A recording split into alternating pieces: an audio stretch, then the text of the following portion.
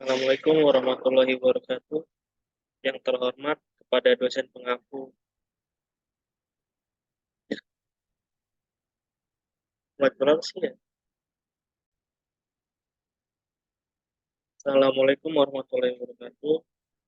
Yang terhormat kepada dosen pengampu mata kuliah metode kuantitatif, Ibu Viani Novalia MM. Perkenalkan, nama saya Fariza Rubinawan. Di sini saya akan mempresentasikan laporan penelitian pengaruh kepuasan pelanggan dan lokasi terhadap daya beli pelanggan di angkringan Casaiki.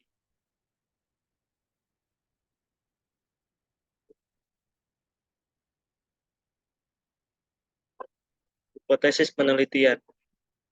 Hipotesis pertama, HO diduga promosi tidak berpengaruh terhadap keputusan pembelian di angkringan Casaiki. HA diduga promosi berpengaruh signifikan terhadap keputusan pembelian di angkringan Casaiki. Hipotesis kedua, H0 diduga lokasi berpengaruh terhadap keputusan pembelian di angkringan Casaiki. HA diduga lokasi tidak berpengaruh terhadap keputusan pembelian di angkringan Casaiki. Hipotesis ketiga, H0 diduga promosi dan lokasi tidak pengaruh terhadap keputusan pembelian.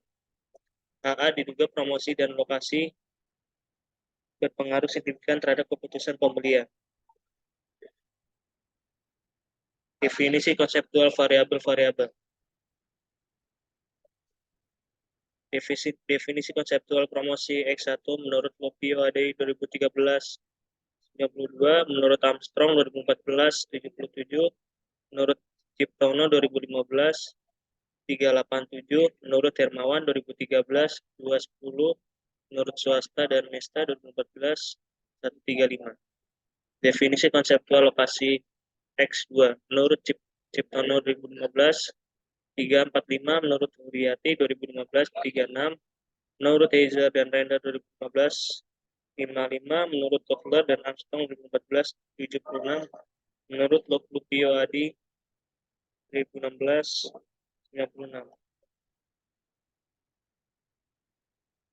Definisi konseptual keputusan pembeliannya. Menurut Schiffman dan Kahn 2015 357, menurut Alma 2013 79, menurut Van Ciptono 2014 21, menurut Handayani 2013 8, menurut Keller 2016 24.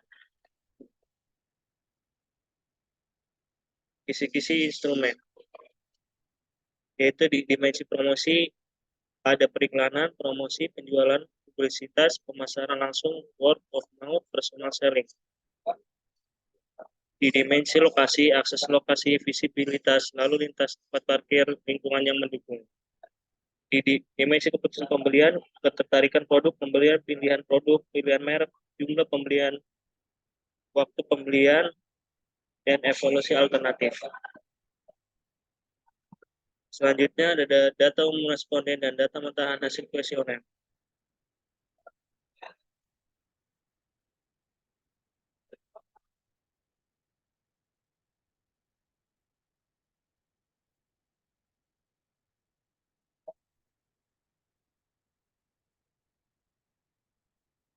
Karakteristik responden jenis kelamin. Keterangan yaitu ada perempuan jumlah 26, persentase 76,5%, laki-laki berjumlah 8, persentase 23,5%, total 34, persentase 100%. Di karakteristik responden berdasarkan usia, keterangan usia 18 sampai 27 jumlah 32, persentase 4,1%. Di usia 28 sampai 37 jumlah 2, persentase 5,9%. Di usia 38 sampai 47 jumlah 0, persentase 0. Di usia lebih dari 48 jumlah 0, persentase 0. Total ada 34 dan 100, persentase 100%.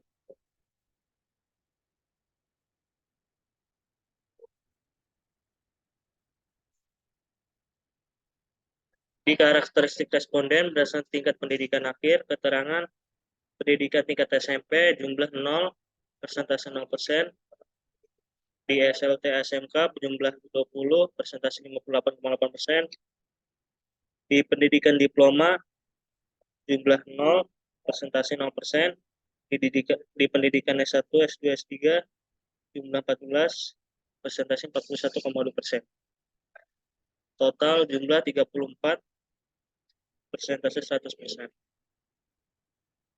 Di karakteristik responden berdasarkan pekerjaan, keterangan pekerjaan PNS berjumlah 1, persentase 2,9%, pegawai swasta 8, persentase 23,5%, wira swasta berjumlah 3, persentase 8,8%, di pelajar atau mahasiswa berjumlah 19, 55,9%, ibu rumah tangga berjumlah 2, 5,9%, admin all shop berjumlah 1 dengan 2,9%, total 34, persentase 100%.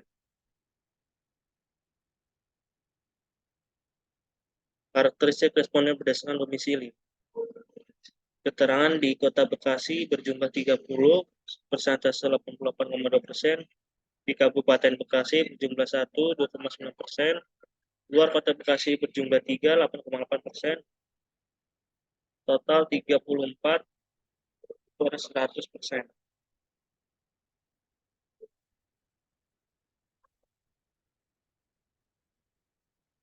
Berikut ada variabel promosi X1.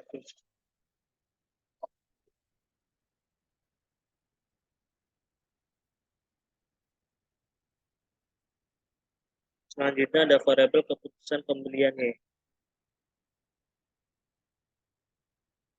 Selanjutnya ada variabel lokasi X2.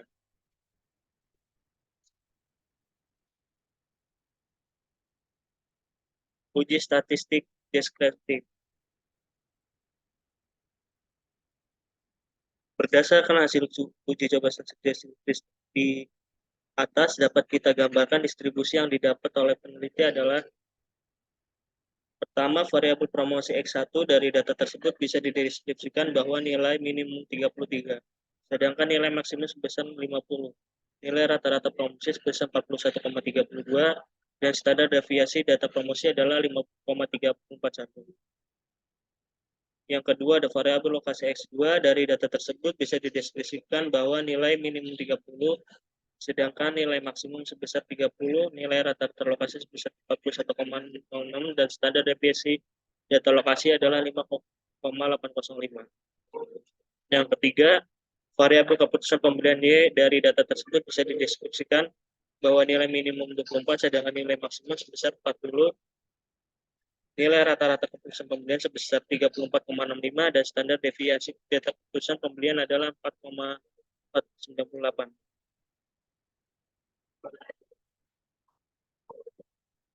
Selanjutnya ada hasil uji validitas promosi X1.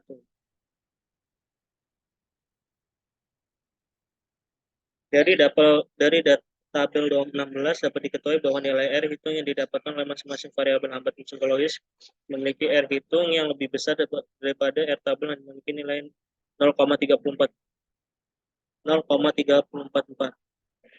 Sehingga dapat disimpulkan bahwa 10 bentuk kenyataan yang ada pada variabel hambatan psikologis tersebut dinyatakan valid. Ada 3 cara yang dapat digunakan sebagai pedoman atau dasar dalam korelasi Griffithson ini, yaitu lihat simultan sig, TLS jika nilai sig TLS lebih besar 0,05 maka terdapat korelasi antara variabel yang dihubungkan dan sebaliknya. Membandingkan nilai R hitung versus korelasi dengan nilai R variabel produk momen. Jika nilai R hitung lebih besar dari R tabel maka ada korelasi antara variabel dan sebaliknya. Melihat tanda bintang yang terdapat pada output program SPSS, jika terdapat tanda bintang atau bintang U pada nilai persen korelasi, maka antar variabel dianalisis terjadi korelasi dan sebaliknya. Tanda bintang 1 menunjukkan korelasi pada 1% atau 0,01. Sedangkan tanda bintang 2 menunjukkan korelasi pada 5% atau 0,05. Selanjutnya ada hasil uji lokasi X2.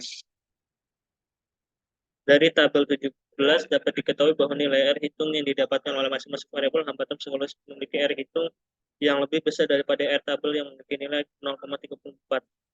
0,344 344 sehingga dapat disimpulkan bahwa 10 butir kenyataan yang ada pada variabel hambatan siklus tersebut yang dinyatakan valid. Selanjutnya ada hasil uji validitas keputusan pembelian Y. Dari tabel 18 dapat diketahui bahwa nilai R hitung yang didapatkan oleh masing-masing variabel hambatan psikologis memiliki R hitung yang lebih besar daripada R tabel yang memiliki nilai 0,344 sehingga dapat disimpulkan bahwa 10 butir pernyataan yang ada pada variabel hambatan psikologis tersebut dinyatakan valid. Selanjutnya ada hasil uji reliabilitas. Pada tabel 19 menunjukkan bahwa nilai alfa Cronbach atas variabel hubungan psikologis sebesar 0,911. Hubungan emosional 0,919. Dengan demikian dapat disimpulkan bahwa pernyataan dalam kuesioner ini reliable karena memiliki nilai alfa Cronbach lebih besar 0,500. Selanjutnya ada uji normalitas.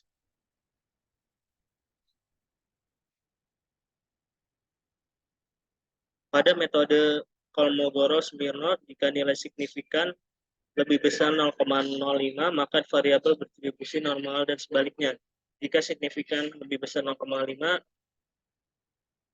lebih kecil 0,05, maka variabel tidak berdistribusi normal. Dari hasil uji normalitas dapat dilihat bahwa nilai asimtrik 2 Taylor sebesar 0,112 lebih besar dari 0,05. Hal ini menyatakan bahwa data berdistribusi normal. Berikut hasil dari uji coba normalitas yang menggunakan SPSS versi 25 dengan model P-pilot adalah sebagai berikut.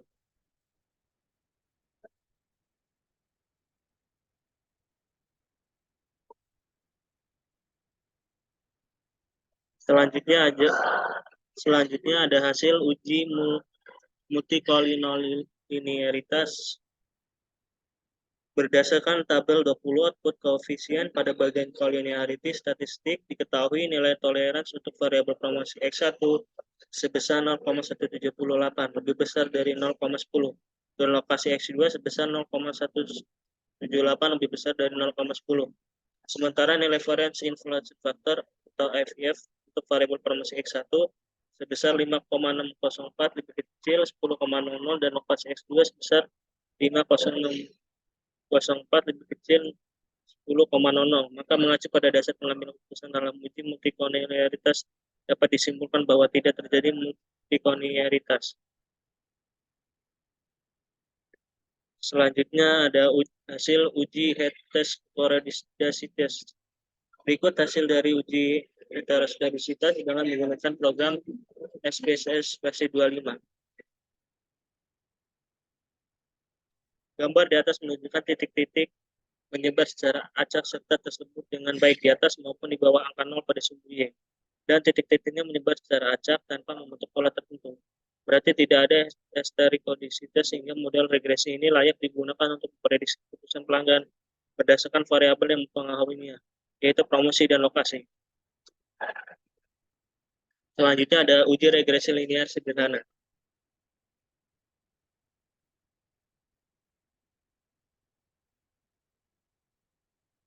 Uji yang dilakukan untuk menunjukkan hubungan antara variabel bebas dan variabel expired parsial digunakan dalam penelitian. Berdasarkan pada gambar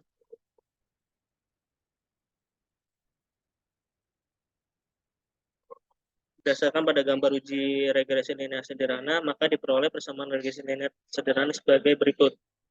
Membandingkan nilai T hitung lebih besar dari T tabel dan nilai signifikan lebih kecil dari 0,05. T tabel sama dengan 0,052, 0,34 sampai 2 sama dengan 0,025, 0,32 T tabel sama dengan 0,0036. Dari hasil gambar di atas didapatkan hasil untuk variabel promosi X1 diperoleh nilai T hitung sebesar 2,988 lebih besar dari 2,036. T tabel dengan 0,005 lebih kecil 0,05 A atau nilai signifikan lebih kecil dari 0,05. Maka dari itu H0 ditolak atau HH diterima yang berarti bahwa promosi X1 berpengaruh signifikan terhadap keputusan pembelian Y. Selanjutnya ada uji regresi linear berganda. Berdasarkan gambar uji regresi linear berganda, maka diperoleh persamaan regresi linear berganda sebagai berikut.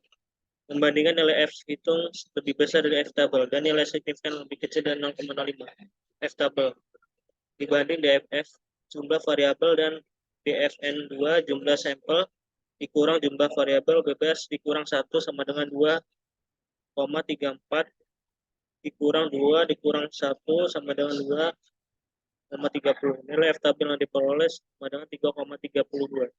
Jadi dari tabel ANOVA nilai F hitung X1 dan X2 terhadap Y sama dengan 32,334 lebih besar 3,32 berpengaruh dan signifikan 0,000 lebih besar dari lebih kecil dari 0,005 signifikan.